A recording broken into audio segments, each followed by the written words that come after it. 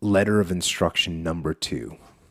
So these are what this guy, and I love this. This is what this guy was writing as instructions to be handed out to all of his men. I mean, and this is documented. Yeah. So you wonder what Patton thinks about it? You don't have to wonder. It's right here.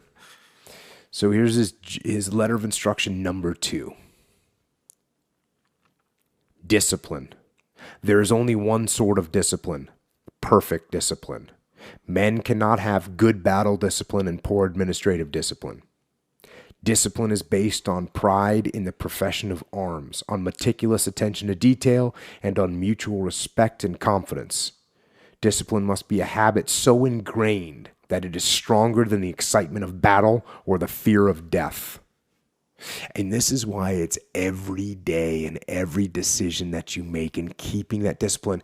And I actually have been hearing, I hear that that your willpower deteriorates, and I actually don't believe that. I think the more they say, you throughout the day, your willpower, if you test it too many times, it gets weaker and weaker. And I actually don't believe that. I actually believe it gets stronger. Mine gets stronger.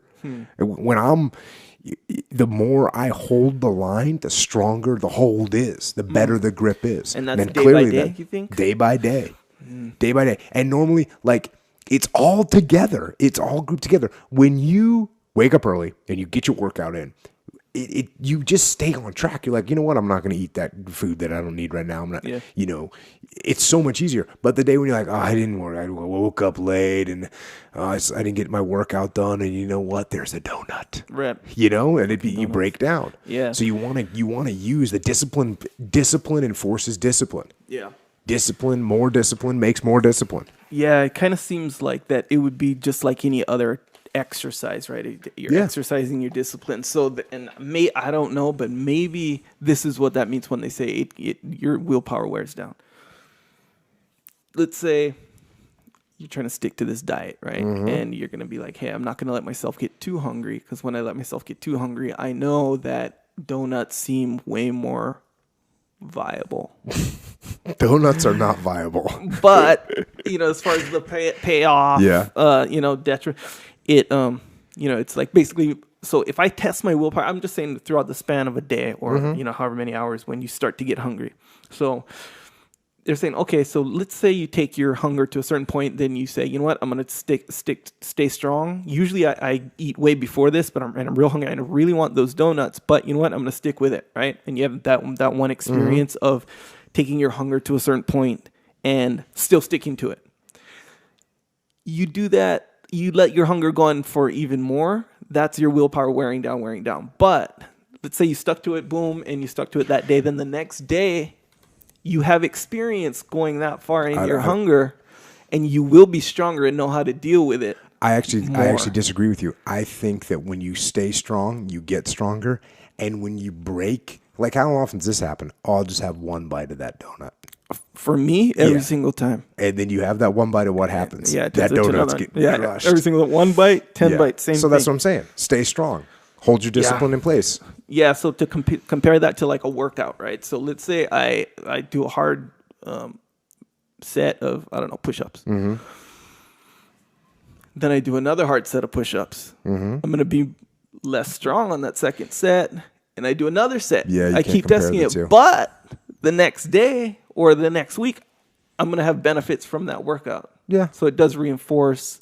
So the workout, the fatigue is that temporary fatigue. Then you recover from it, and then you're stronger in that way through that. But experience. I think the better example is like when you say no to the one bite, it's easier to say no to the whole donut. Yeah. When you say yes to the one bite, it's easier to say yes to the whole donut. So say no to donuts. Yeah. Keep your discipline intact. Yeah, man. Discipline, back to the book. Discipline can only be obtained when officers are so imbued with the sense of their awful obligation to their men and to their country that they cannot tolerate negligence. Officers who fail to correct errors or to praise excellence are valueless in peace and dangerous misfits in war. So he's giving equal importance to correcting errors and praising excellence. You can see how important that is. And that's something that I've never been very good at. I was never a big praiser of excellence. And in reading this, I look back and say I should have done that more. Officers must assert themselves by example and by voice. They must be preeminent in courage, deportment, and dress. One of the primary purposes of discipline is to produce alertness. A man who is so lethargic that he fails to salute will fall an easy victim to the enemy.